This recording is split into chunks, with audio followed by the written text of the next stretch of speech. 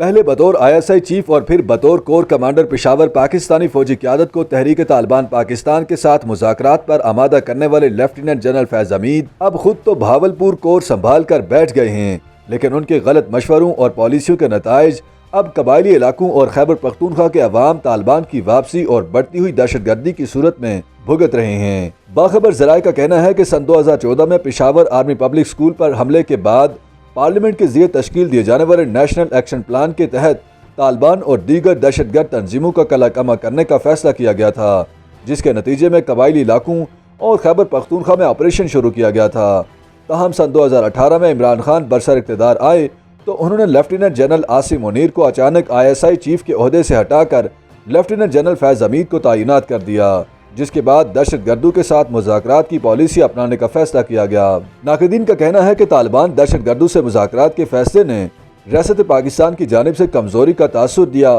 اور ایسا محسوس ہوا کہ شاید اب پاکستانی عسکری قیادت لڑنے کی بجائے صلح کرنے پر آمادہ ہو چکی ہے، لیکن عسکری ذرائع کا کہنا ہے کہ طالبان سے مذاکرات کی پالیسی عمران خان کی ایما پر اپنائی گئی، جو اپوزیشن میں رہتے ہوئے بھی طالبان کے خلاف فوجی طاقت آزمانے کی بجائے صلح صفائی سے معاملات چلانے پر زور دیتے رہے تھے۔ اگست سن 2019 میں افغان طالبان کابل میں برسر اقتدار آئے تو پاکستان کی امیدوں کے برعکس انہوں نے تحریک طالبان پاکستان کے دہشت گردوں کے خلاف کارروائی کرنے سے صاف انکار کر دیا اور یہ مشورہ دیا کہ معاملات کو مذاکرات کے ساتھ سلجھانے کی کوشش کی جائے۔ کہا جاتا ہے کہ لیفٹیننٹ جنرل فیض حمید نے بھی افغان طالبان کی اس تجویز کی حمایت کی اور پھر افغانستان کے وزیر داخلہ کمانڈر سراج الدین کی ثالثی میں تحریک طالبان پاکستان نے جون 2022 میں پاکستانی سیکورٹی فورسز کے ساتھ غیر معینہ مدت کے لیے یک طرفہ جنگ بندی کا اعلان کر دیا۔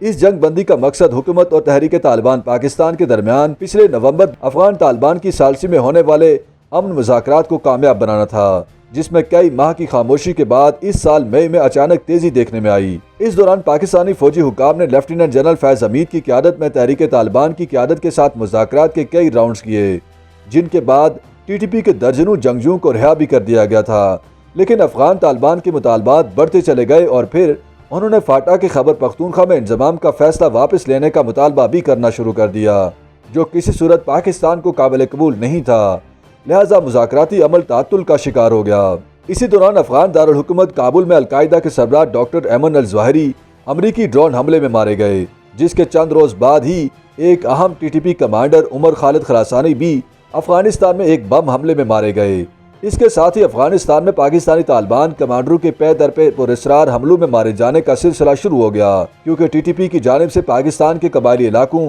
اور خیبر پختونخوا میں بھی دہشت گردی کی کارروائیاں تیز ہوتی جا رہی تھیں۔ ستمبر 2022 کے آغاز سے تحریک طالبان نے دفاعی عنوان سے پاکستانی سیکورٹی فورسز کے خلاف حملوں کا ایک شدید سلسلہ شروع کیا، جس سے مذاکرات اور جنگ بندی مزید بے معنی ہو کر رہ گئی ہے۔ اس پیچیدہ صورتحال میں TTP اور حکومت پاکستان کے درمیان مذاکرات اور جنگ بندی سے متعلق خاموشی نے کئی سوالات جنم دیے ہیں، جس میں سب سے اہم سوال یہ ہے کہ فریقین کے ایک دوسرے کے خلاف حملوں کے الزامات کے باوجود مذاکرات کیسے جاری رہ سکتے ہیں۔ سیاسی تجزیہ کاروں کا کہنا ہے کہ مذاکراتی عمل جاری رہنے کی بنیادی وجہ یہ ہے کہ ثالث کا کردار ادا کرنے والے افغان طالبان نہ تو پاکستان کو ناراض کرنا چاہتے ہیں اور نہ ہی تحریک طالبان پاکستان کو، اس لیے وہ نہیں چاہتے کہ مذاکرات ٹوٹ جائیں۔ یعنی دونوں فریقین کے افغان طالبان سے ایسے مفادات جڑے ہوئے ہیں جن سے صرف نظر کرنا ان کے لیے ممکن نہیں، اور اسی مجبوری کے تحت وہ ایسے اقدامات سے گریزاں ہیں کہ وہ افغان طالبان کی نوزائیدہ حکومت کے لیے مشکلات کا سبب نہ بنیں۔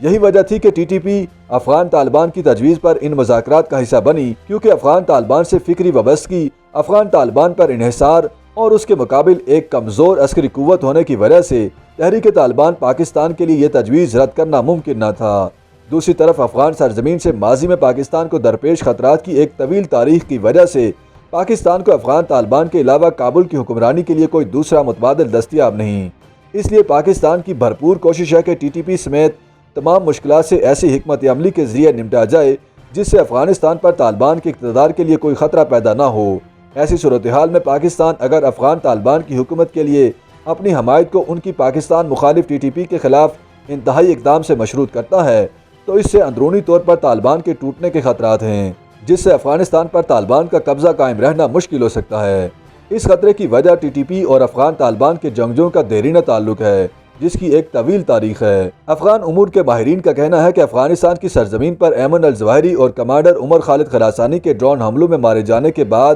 مذاکراتی عمل تعطل کا شکار ہے، چونکہ یہ الزام عائد کیا جا رہا ہے کہ ان حملوں کے لیے امریکی CIA نے پاکستانی سرزمین کا استعمال کیا۔ پاکستان نے ان الزامات کی سختی سے تردید کی ہے۔ تاہم تجزیہ کاروں کا کہنا ہے کہ لیفٹیننٹ جنرل فیض حمید کی جانب سے پاکستانی فوجی قیادت کو پاکستانی طالبان کے ساتھ مذاکرات پر آمادہ کرنے کا فیصلہ ہی غلط تھا، کیونکہ دہشت گردی کا توڑ مؤثر فوجی کارروائی ہے، نہ کہ مذاکرات۔